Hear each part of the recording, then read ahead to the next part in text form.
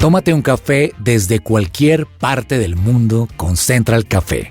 Lunes y viernes a las 5 de la tarde.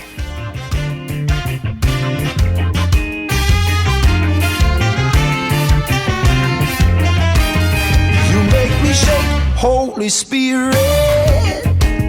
You make me shake. Volvimos y volvimos recargados. Esta semana ya iniciamos con toda Central Café. Si se ha perdido alguno de nuestros programas, los invitamos a que vayan a supresenciaradio.com y allí pueden encontrar nuestros podcasts. Además, les tenemos noticia, vamos a estar estrenando página web, supresenciaradio.com. Iniciamos este año con muchas cosas nuevas. Desde Washington, D.C. los estoy saludando. Estoy al lado de Diana Castrillón a esta hora. ¿Cómo está el país del norte, Diana? Frío, muy frío, esperando a que llegue la primavera. Hemos disfrutado una que otra nevada, pero esa nevada grande que se pronosticaba nunca llegó, así que la esquiadita quedó en veremos. Pero bueno, yo tengo mi cafecito preparada para un gran café, un café lleno de noticias, y también le doy un saludito al equipo caleño, choladito en Cali, Uno aquí chupando chupando calor. frío y ella ya chupando calor. Yo sé, una pregunta, ¿uno cómo dice cholado en inglés? ¿Uno cómo pide aquí un cholado? Cholado. Un saludo para todos ustedes y un abrazo bien caleñito desde aquí, desde la sucursal del cielo, para ustedes y para toda la mesa, y por supuesto para nuestros oyentes que muy fieles se conectan todas las tardes con nosotros.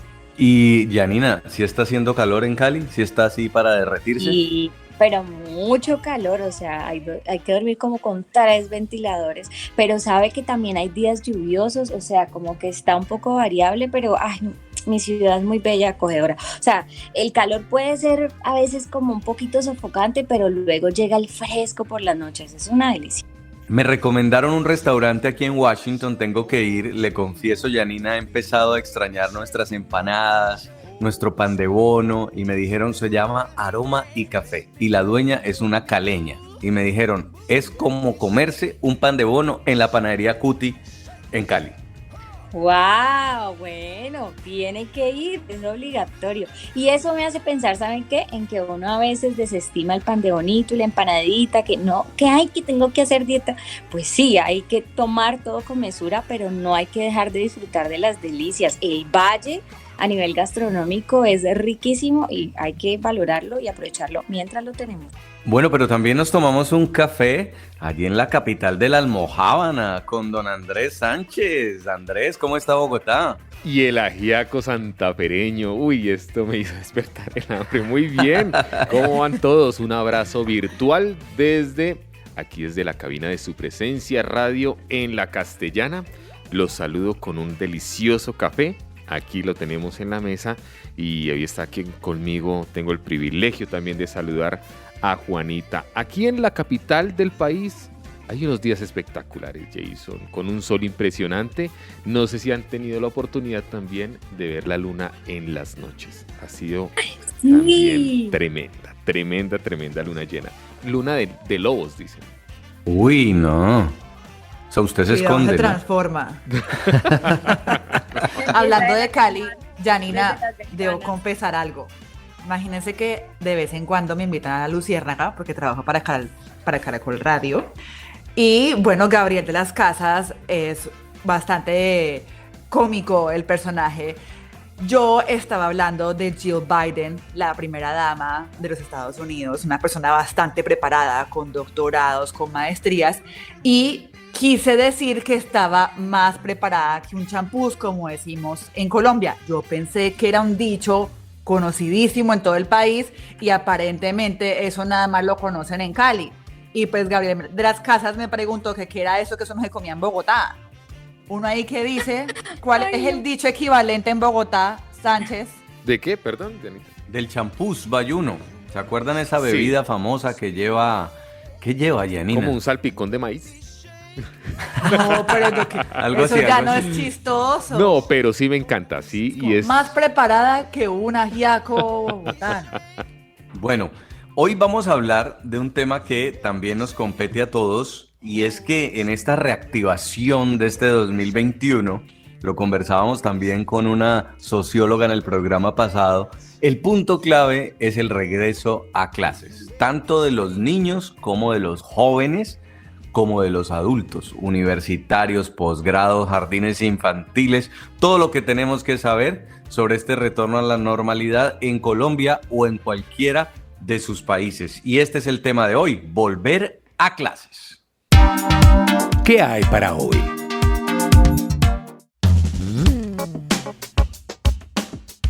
Se inicia el año escolar en Colombia y las autoridades dicen que los colegios deben comenzar actividades de forma virtual.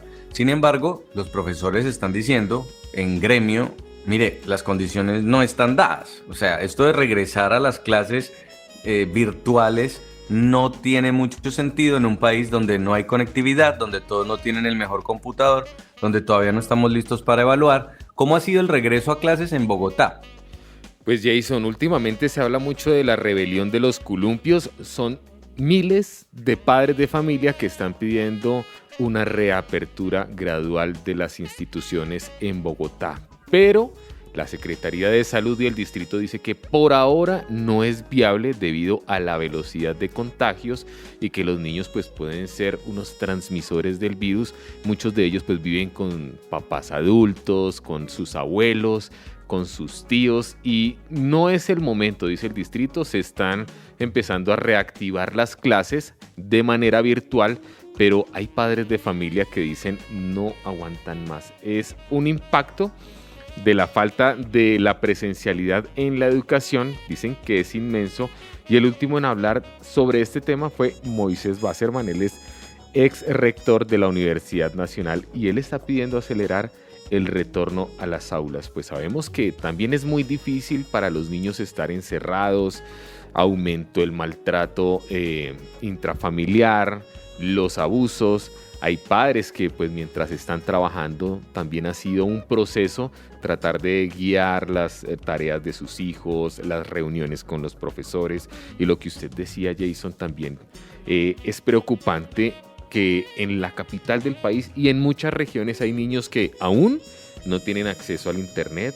Muchos perdieron el año pues porque no tenían un computador o simplemente se conectaban a la clase a través del celular de su papá o su mamá, y era por raticos porque también estas personas estaban en teletrabajo, y ha sido pues una de las preocupaciones aquí en Bogotá y en el país el tema de esa virtualidad, de volver a las aulas también por parte de los niños aquí en Colombia. ¿Usted qué encontró, Janina? ¿Cómo va a ser ese retorno a las aulas en medio de reducir también el riesgo de los contagios? Pues Jason, hay mucha confusión por parte de los padres de familia sobre este tema, mucha ansiedad de los estudiantes por todo el panorama que ahorita nos comentaba Andrés.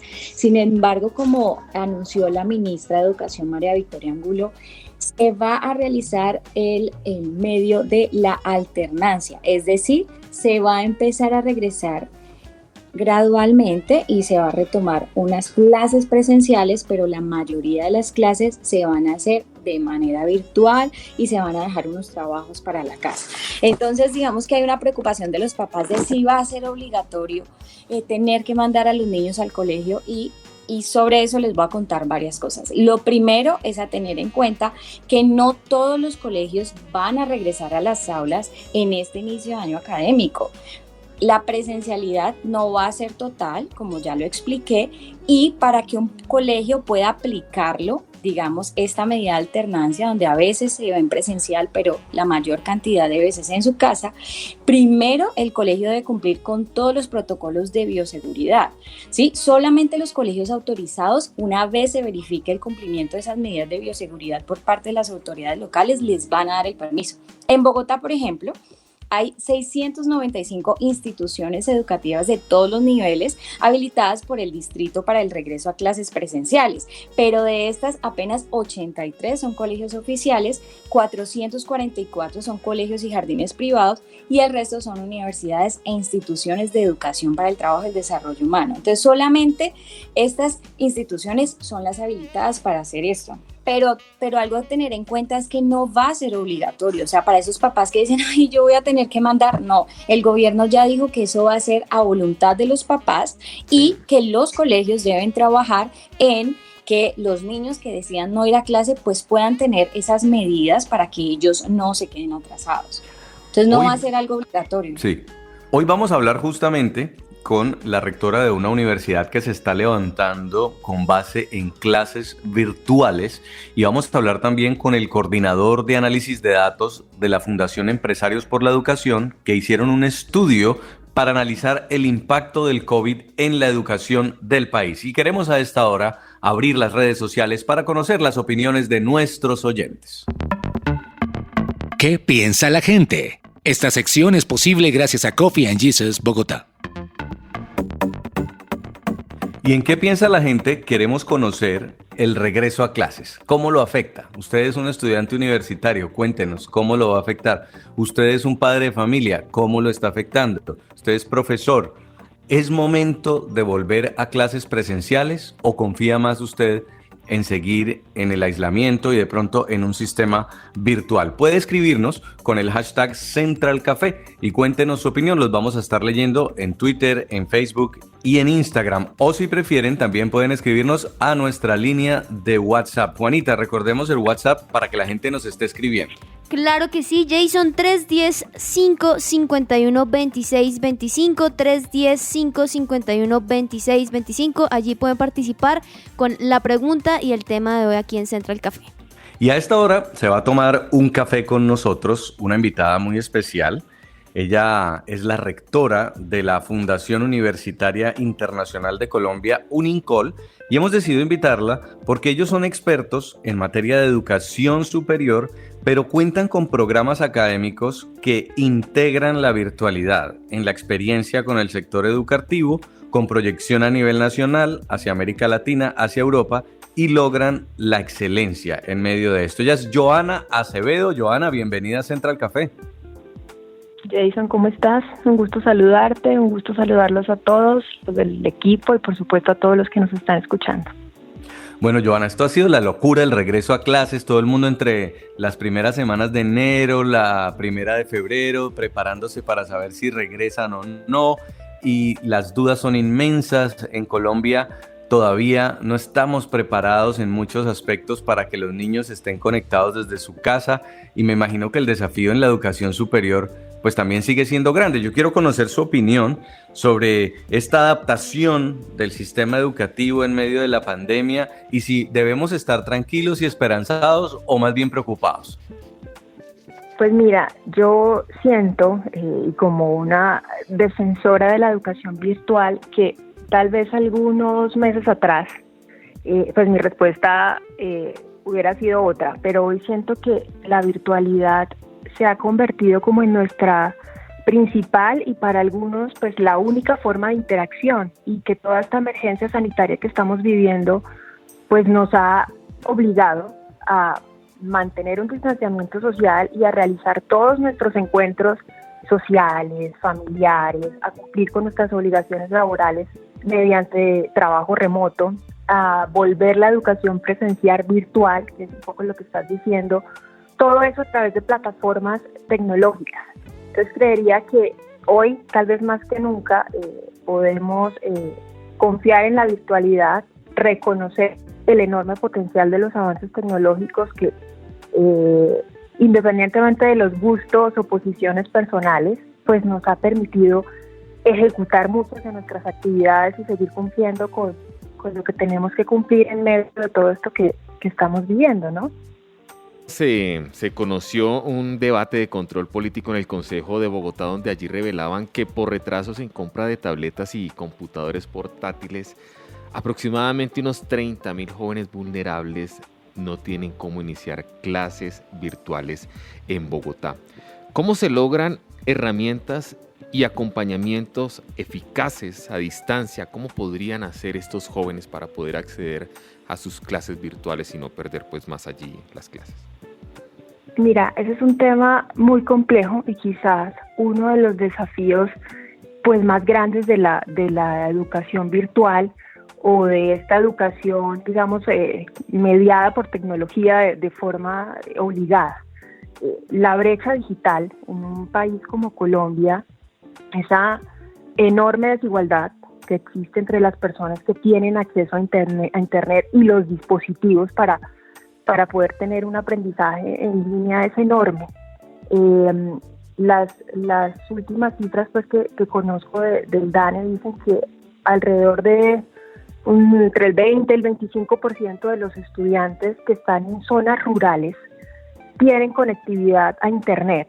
Obviamente en las zonas urbanas pues estamos cerca del 80-90%, y este gobierno se ha puesto como meta que el 70% de los hogares colombianos tengan acceso a internet, que es una meta importante. Sin embargo, muestra que todavía hay un camino muy largo que recorrer en ese sentido. Entonces, yo te digo, si bien los avances tecnológicos existen, aún hay muchos desafíos para que realmente la educación de calidad pueda llegar a todos los niños y jóvenes que tienen, como dices, estas condiciones vulnerables. Entonces, ahí te digo, es complicado, porque a nivel tecnológico existen las herramientas para hacer un seguimiento de calidad. Sin embargo, hay dos factores ahí fundamentales. Uno, esta brecha digital enorme, y segundo, que no están todos los docentes formados para enseñar en la modalidad virtual. Es muy distinto impartir un curso en modalidad presencial o hacerlo en modalidad virtual, donde se requieren unos ritmos de aprendizaje distintos, unas estrategias pedagógicas diferentes a simplemente conectarnos a Zoom y dictar una clase magistral a través de un computador. Entonces ahí te digo que si bien es posible hacer un acompañamiento a través de la modalidad a distancia o de la modalidad virtual, sí es necesario que existan las herramientas y las personas preparadas para atender esto, para poder brindar una realimentación oportuna, con las herramientas de orden tecnológico que exige un ambiente virtual de aprendizaje. Entonces, preocupante. Así te digo que en un país como Colombia resulta un desafío. ¿Sí? Pensamos en aquellos hogares donde hay varios niños, donde la conectividad a internet es muy mala o inexistente, y hay un solo computador en la casa y no necesariamente el mejor computador, y de alguna manera tienen que turnarse este equipo para poder tomar sus clases. Entonces ahí hay un desafío enorme como país y como sistema educativo, ¿no? Joana, según el Ministerio de Educación, hasta el año pasado cerca de 158.000 niños habían abandonado el colegio durante la pandemia. En algunos casos, lo que ya habías mencionado, porque no se tenía acceso a un computador e internet, pero en otros casos también porque por la frustración de no avanzar, por no tener a sus padres ahí, y pues porque la modalidad requiere otras competencias como nos lo decías. Es diferente dar una clase presencial con un profesor, otras a que los niños se sienten horas frente a un computador y hayan dinámicas. ¿Crees tú que Colombia está preparado para tener un software dinámico que tenga en cuenta las características de los niños, los que están en primaria, los que están en secundarias, que tienen otros requerimientos por su atención, para dar una educación de calidad en estos momentos? Mira, yo creo que muy pocos, ¿sí? No solo los colegios, sino las universidades. Yo siento que esta situación nos enfrentó de un momento a otro a la necesidad de impartir nuestras clases a través de un computador y haciendo uso de las tecnologías de la información y las comunicaciones. Si bien hay muchas instituciones que estaban listas, que se venían preparando para esto, siento que como país, si bien hemos recorrido un camino importante, un camino interesante, de alguna manera tal vez referente en América Latina en cuanto a formación virtual. Si tú miras las cifras, no podemos mentir. Yo te hablo de las cifras de educación superior, que seguramente pues se están repitiendo ahora también a nivel de educación básica y media, y es que sin duda las cifras de deserción en educación virtual son muy superiores a las de educación presencial, y siento que esto en gran medida se debe a que en la educación virtual se cede mucho de la responsabilidad del aprendizaje, mucha de la responsabilidad del aprendizaje al estudiante, a veces al punto, lamentablemente, de que el docente y la institución en sí lo dejan solo y abandonado. Entonces es pues indiscutible sentir como esa sensación de soledad, y siento que tanto las instituciones como los docentes, como el gobierno en sí ante esta situación que estamos viviendo, pues tiene la misión de guiar, de acompañar, de favorecer ese proceso de aprendizaje, de motivar, ¿sí? Las personas que guían esta educación, desde mi mirada, necesitan unas competencias muy especiales, unas competencias que van más allá del conocimiento en sí de la asignatura, porque pues, eso lo damos por hecho, pero unas competencias instrumentales, unas competencias interpersonales, unas actitudes especiales que realmente les permitan acompañar a los estudiantes, entender los ritmos de aprendizaje que se dan en la modalidad virtual, que son muy distintos a los de la modalidad presencial. Siento que los docentes todavía necesitan aprender mucho sobre cómo comunicar en la modalidad virtual. Y eso le quería preguntar, Johanna, ¿cómo, por ejemplo, se hace un proceso de evaluación a distancia y tener confianza en él, por ejemplo? Sí, mira, un proceso de evaluación presencial o virtual, ¿sí? Tiene que considerar qué es lo que yo quiero medir, ¿cierto? Y cómo aquello que yo voy a evaluar y la forma en que pedagógicamente decido hacerlo, pues realmente da cuenta de las competencias que espero que estén alcanzando los estudiantes. Y eso siento que no es un problema exclusivo de la virtualidad, ¿cierto?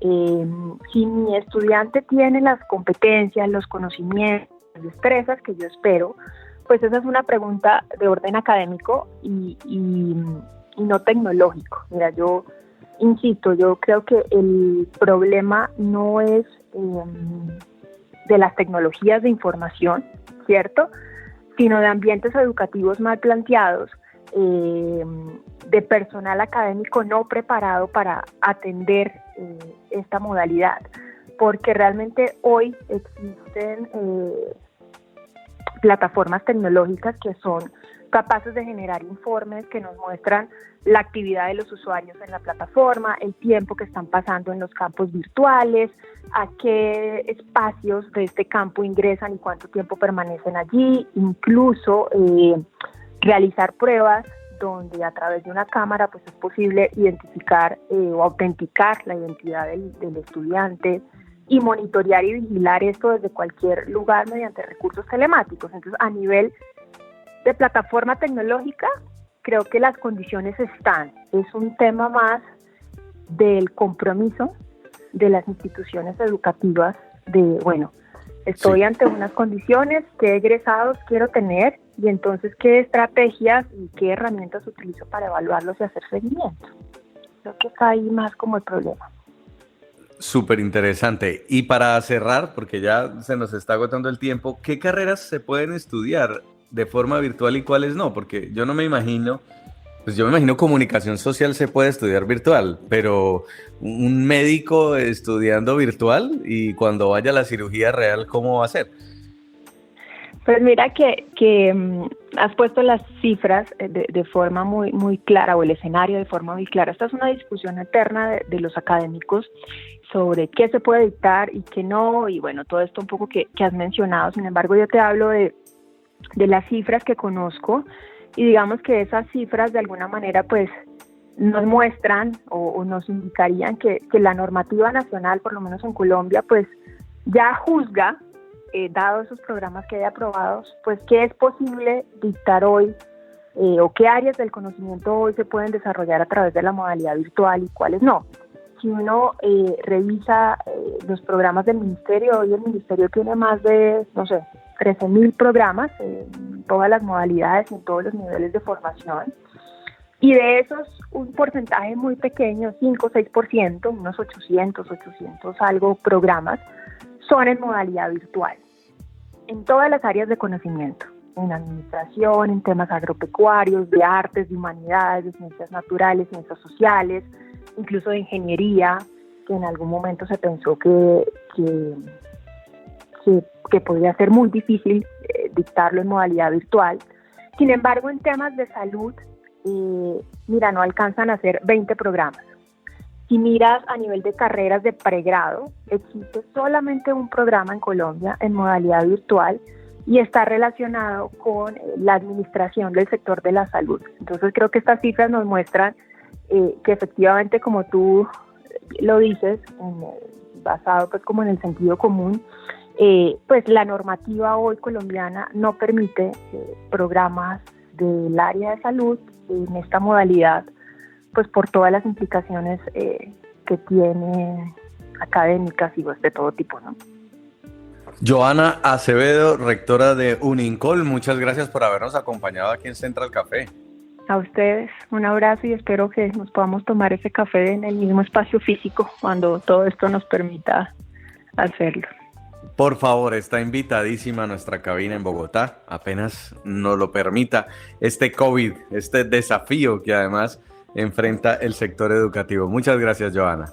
Bueno, tenemos que hacer una pausa comercial y ya volvemos para seguir conversando hoy a propósito de este tema, la educación, el volver a clases en medio de la pandemia. ¿Usted cómo lo vive? Lo estamos leyendo en redes sociales.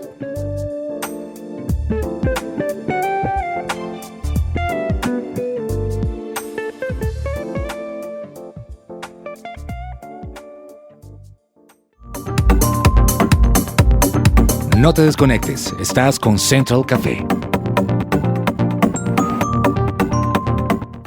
Escuchas su presencia radio. Regresamos a Central Café.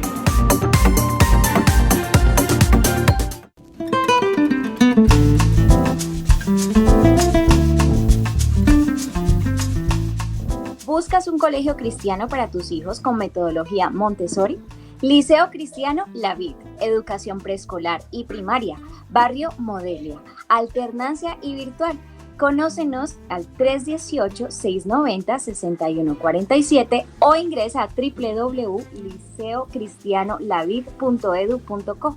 Líderes cristianos educando a líderes cristianos.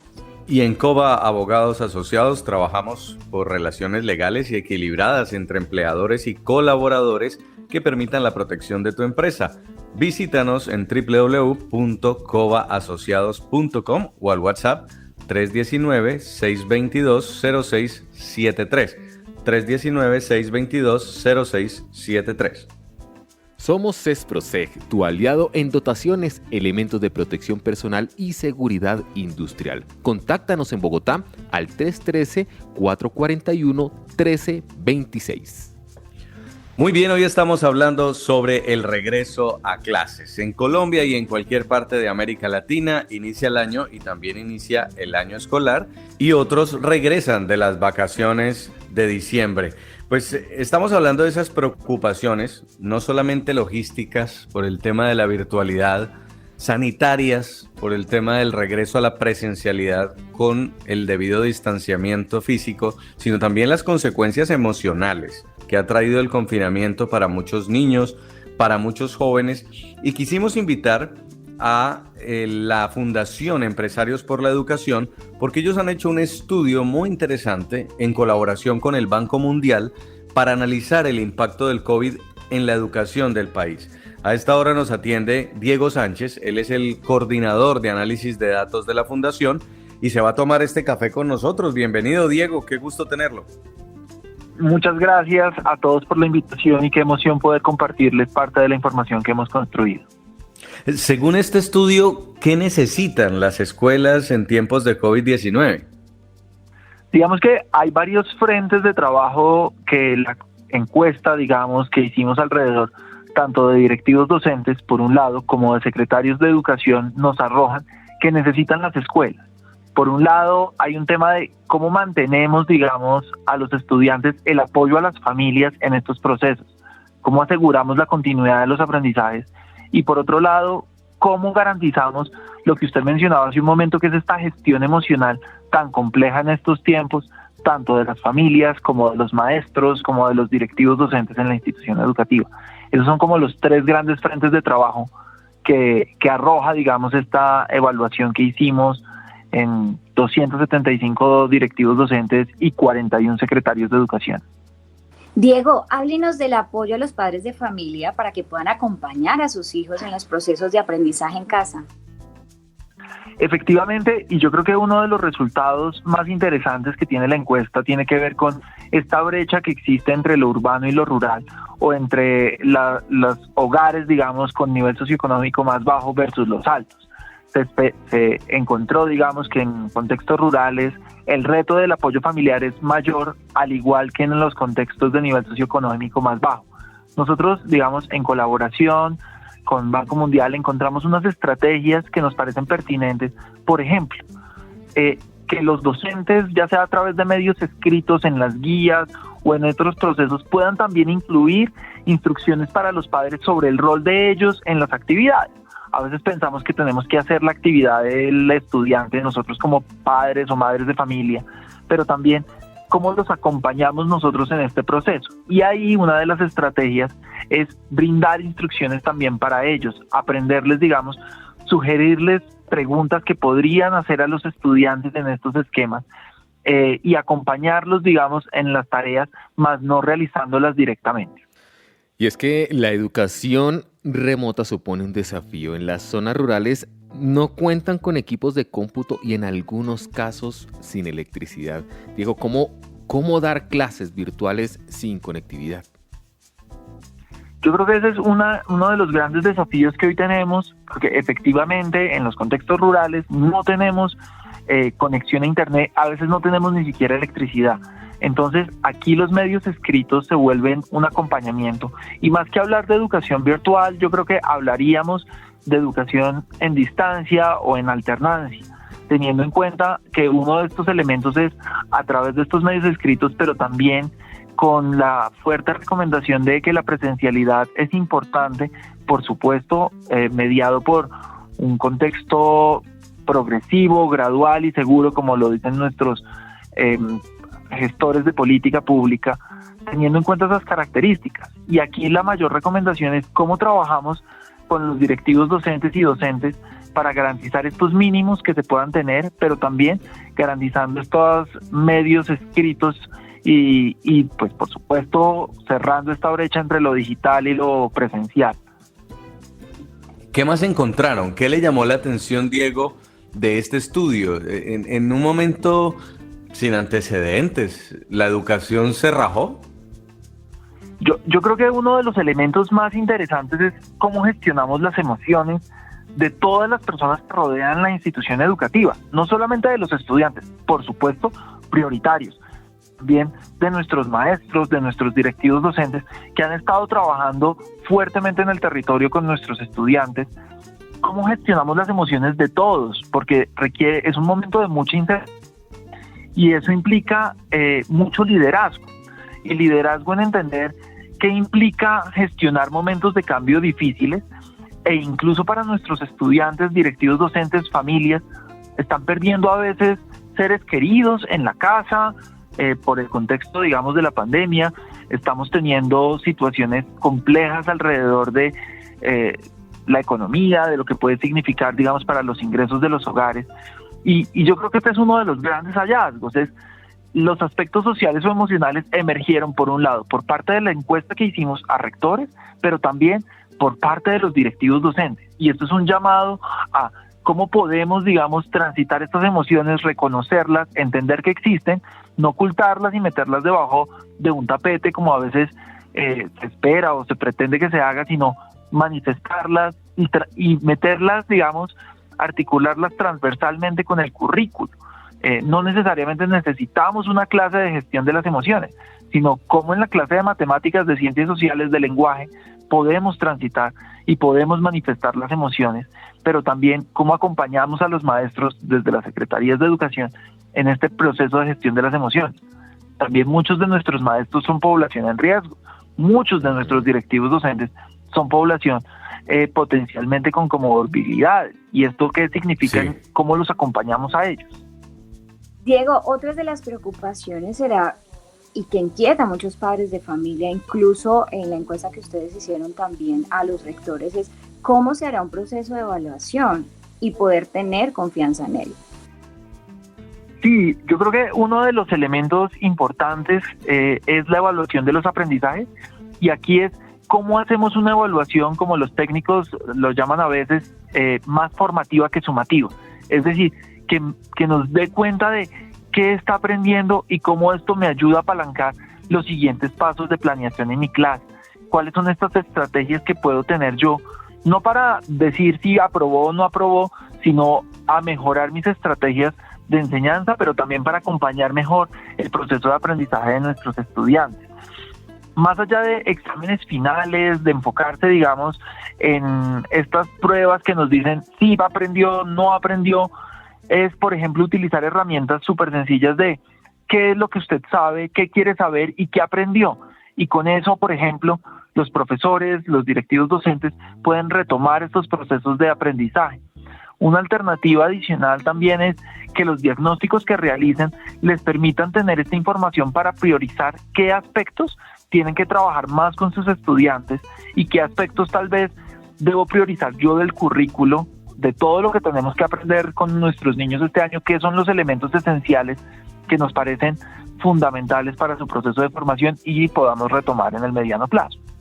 Diego, a partir de este estudio y de analizar como esas falencias que podrían mejorarse, ¿qué propuestas surgen?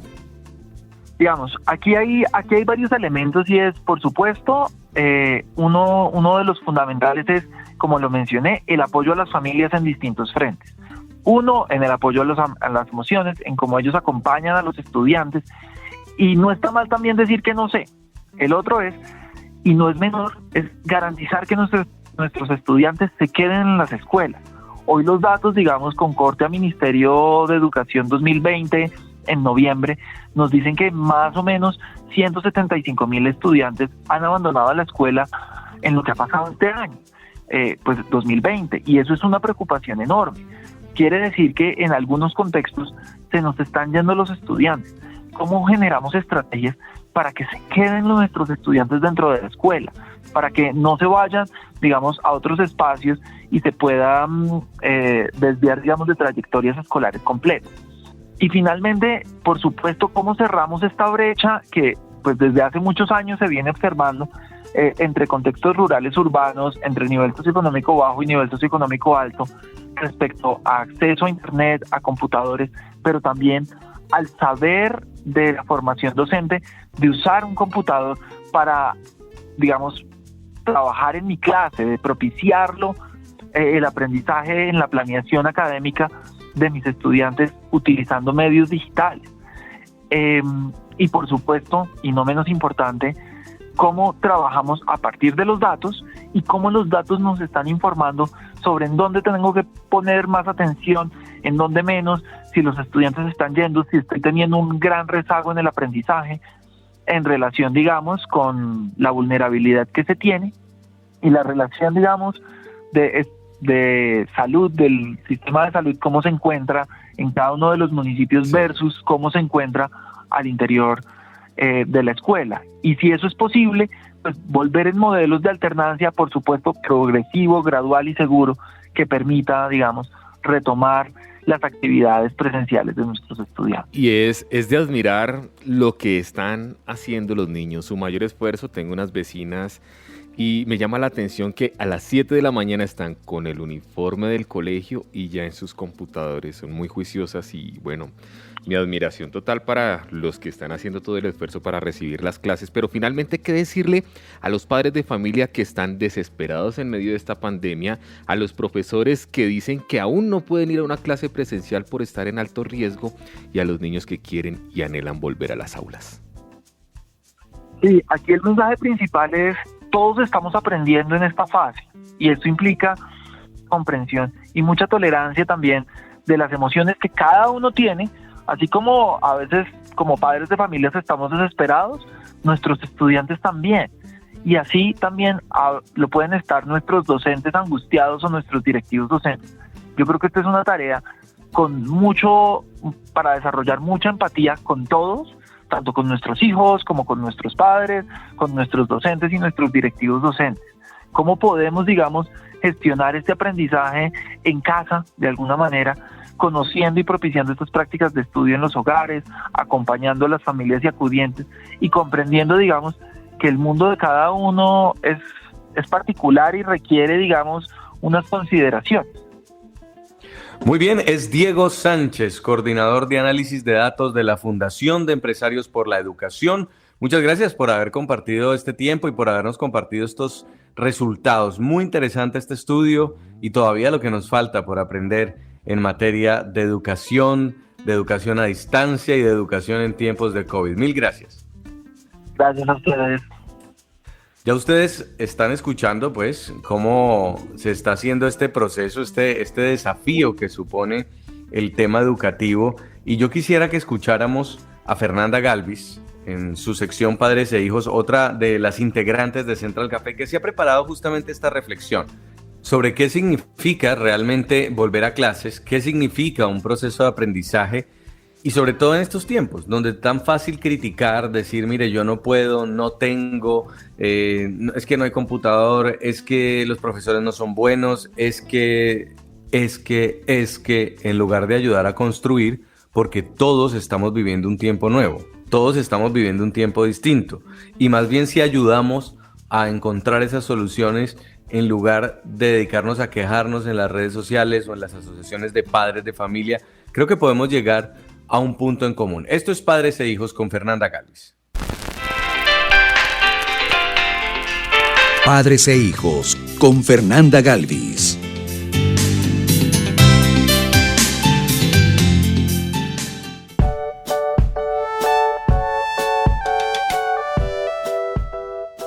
Hoy quiero compartirles un poco de mi experiencia de educación en casa con mis hijos a partir de la pandemia.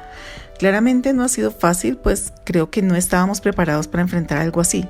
Pero soy de las que cree que todas las cosas ayudan para bien a los que amamos a Dios. Y después de ya casi un año de educación en casa, puedo decir que ahora sí que entiendo mucho la labor de las profesoras. Que en realidad lo que me decían de mis hijos era cierto, porque muchas veces no creía mucho cuando me hablaban de sus debilidades o pensaba que tal vez no los conocían bien y que por eso no era tan cierto. Ahora ya comprobé que sí tenían la razón en muchas de esas cosas y que hay que seguir trabajando en ellos por mejorar. Pero algo muy valioso de este tiempo es poder tenerlos 24 horas, 7 días a la semana, ser mamás, tutoras, directoras del colegio, enfermeras, la que aplica la disciplina, la de la cafetería. Son muchos roles a la vez. Y claro que sí, muchas veces me siento abrumada, pero realmente nos ha permitido como papás instruir a nuestros hijos en todo. Desde cómo sentarse frente a un computador, cómo no desconcentrarse, cómo tener mucho cuidado con esas páginas que no pueden ver, que no pueden abrir. Además que todo tiene su tiempo y que el momento de estudiar es de estudiar. Créanme, esto para mí ha sido un reto, pues estamos a un clic de que se desconcentren. ¿Cómo mejorar en esas materias que no les va muy bien? Son muchas cosas, difícil sí, imposible no. Pero algo también muy bonito es poder trabajar en el corazón de los niños. Eso que nos enseña la Biblia en Proverbios 22:6, instruye al niño en su camino y aun cuando fuere viejo no se apartará de él. Eso ha hecho de este tiempo algo muy especial, pues tenerlos en casa para de una manera un poco más intensa, instruirlos desde la palabra de Dios no tiene precio. Fortalecerlos en sus debilidades, reafirmarlos en sus talentos, en su identidad, pasar tiempo con ellos es definitivamente un regalo de Dios. Así que papás seguramente pronto volverán a las aulas. Aprovechemos este tiempo que nos queda, pidamos mucha paciencia, sabiduría, amor a Dios para no quererlos ahorcar muchas veces, ¿cierto? Bendigamos a los tutores, a los profesores que tal vez hoy también están en esa misma situación difícil, un poco de frustración de lograr pasar ese conocimiento a nuestros hijos. También por otro lado, yo sé que para algunos papás no ha sido nada fácil estas circunstancias. He conocido familias donde no hay un equipo dónde conectar a sus hijos para recibir las clases, no hay con quién dejarlos, ni siquiera hay suficiente alimento. Y oro por esas familias, que Dios les dé la mejor estrategia, que pronto puedan volver al colegio. Solo sé que Dios puede darnos el camino cuando nosotros no lo vemos. Oren, papitos, y será un buen tiempo para ver los milagros de Dios. Les puedo decir con toda certeza que Él nunca nos abandona.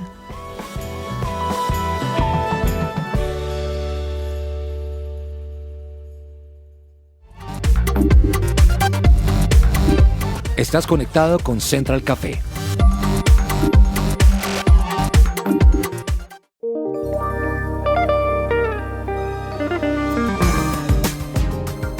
No te quedes sin viajar este 2021, regálale a tu familia el viaje de sus sueños. En Viajemos Travel cuidarán de cada detalle para que vivas una experiencia única. Atención personalizada por expertos. Contáctalos en WhatsApp más 571-381-0629 o www.viajemostravel.com. También tienen Instagram, @viajemos.travel. Y el Colegio Cristiano Semilla de Vida abre sus puertas para todos los estudiantes nuevos. Tenemos cupo para preescolar, primaria y secundaria. Para más información pueden ingresar a la página web www.semilladevida.edu.co o se pueden contactar al 277-4511. ¿Problemas en tu matrimonio? Supéralos leyendo Oh Dios, mi matrimonio se derrumba. Consíguelo en todas las librerías cristianas del país. Muy bien, se nos ha acabado el tiempo de Central Café. Esperamos hayan disfrutado de este programa. Lo que creemos es que si bien los colegios pueden parar o cerrar, el aprendizaje no, y debe continuar. Debe ser una puerta abierta todo el tiempo la del aprendizaje, bien sea con educación de padres de familia, con los profesores, con los tutores, pero siempre aprendiendo, nunca dejando de aprender, Andrés. Y bueno, como dice usted, Jason, todos debemos poner nuestro granito, apoyar a los niños, a los estudiantes, a los profesores para que se sigan educando, para que sigan aprendiendo y sigamos apoyándolos en su estudio. Y también podemos ayudar a muchos. Hay algunos niños que no cuentan con una tablet, con un computador, pero tenemos un vecino que tal vez quiere donar uno, quiere donar otro. Y aquí también nos pueden contactar y nosotros podemos ser ese puente para que ese computador o esa tablet llegue a las manos de ese niño que tanto lo está necesitando. En Cali, Janina. Este proceso nos atañe a todos y si bien los niños van y aprenden en sus colegios todo lo académico, la principal responsabilidad en la educación de nuestros hijos somos nosotros y empieza por casa. Este proceso de COVID nos sorprendió a todos y por eso esto lo debemos trabajar en equipo. Como decía Diego, la empatía, tener empatía por nuestros hijos, por los profesores y en lugar de dar con señalamientos, pues trabajemos en equipo y seguramente vamos a lograr cosas hermosas que favorecerán a nuestros hijos. Y en lugar de demandar expectativas, siempre ábrase a la posibilidad de esperar lo mejor. Sea usted un asunto constructivo en todo esto. Un abrazo para todos, esperamos que les haya gustado el programa y la próxima semana otra versión de Central Café. Aquí van a estar escuchando a Andrea Peñuela, a Juan Esteban Silva, a Fernanda Galvis, a todos los miembros de la mesa que tanto extrañaban. Pues muy pronto vamos a retornar desde Washington, D.C., desde Bogotá, desde Cali, desde cualquier parte del mundo. Tómese un café con nosotros en Central Café. Hasta la próxima.